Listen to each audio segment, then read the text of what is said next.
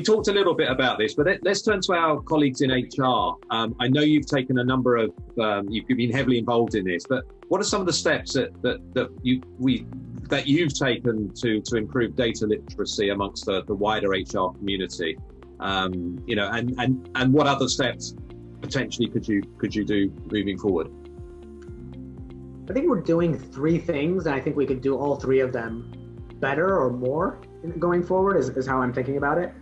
The first thing we're doing is we're exporting talent, right? Like there are folks on my team who are, you know, pretty solid on the data side, but they're also just like really, you know, have a real potential future in HR more broadly, right? And so they don't, I believe deeply, again, we talked about this earlier, about people moving around in their careers and continuing to grow and develop. And so I often have conversations with folks on my team and tell them, hey, you're a great analyst, but I think you could also be a great HR generalist, right? And so let's like move you into HR, and that has the benefit of both growing their career, but coming back to your question, now you're starting to grow HR as well. It's a win-win. You're starting to bring that capability more generally into HR, and then they could go amplify that in their new roles, right? So that's like exporting that talent from my team into HR more broadly. Now, not every analyst on my team is going to be a great fit for HR, but I think there's quite a few that could be. And so exporting that talent is one thing we do.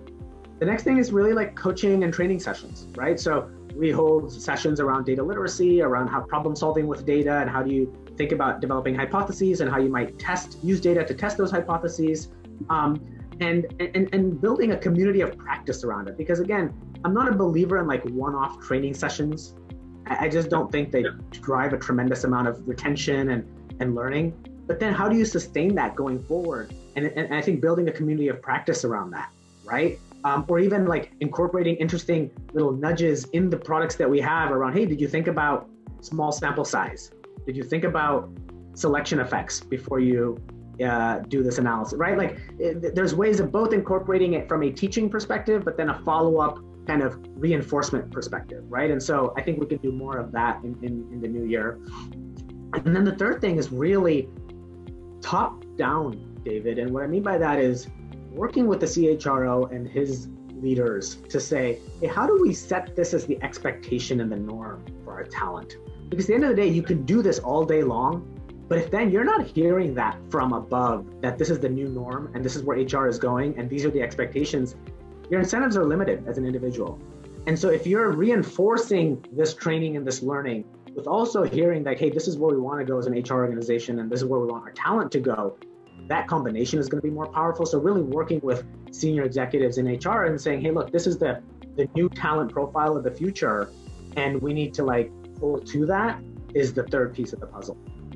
Yeah, I really like that. And certainly we had Diane Gerson on a few months ago from IBM, and she said it's expected, you know, there's 6,000, I think, HR people at IBM. It's expected that they are comfortable and they're data literate. It's part of the job. Is that right? Yeah, wow. Part of being an HR professional. And I love the stuff what you're saying that, you know, it's not just a training course, it's continuous learning, and it's being able to apply that, I guess, isn't it? It's about applying that learning in your everyday work. And that's when it really starts to become, you know, and then hopefully people see it. Actually, this is really helpful. This helps me in my conversations with the business. This helps me if I'm working with the business to maybe develop some hypotheses that we can maybe go back and the people analytics team can test it. You know, so it's just making it part of the day to day. I think it's really important. So I love that idea around a community of practice, and certainly, if you pardon the pun, that's certainly a good practice that we're seeing in organisations that are doing that well with in terms of raising. And I think it's a great way to demystify it and de-intimidate it, right? Like, because this is not like rocket science, and like if you're doing it alone, it feels more intimidating, or it feels like, oh, I can't learn this stuff. And if you're doing it with peers and you're kind of doing it all together on that journey together, I think it makes it easier as well. So I think it's a really wonderful thing. In this series, we will be speaking to a range of senior leaders who are pushing a data-driven and digital HR agenda. Make sure that you subscribe via your podcast app of choice, and also via our YouTube channel for free and regular interviews with the digital HR leaders of the future.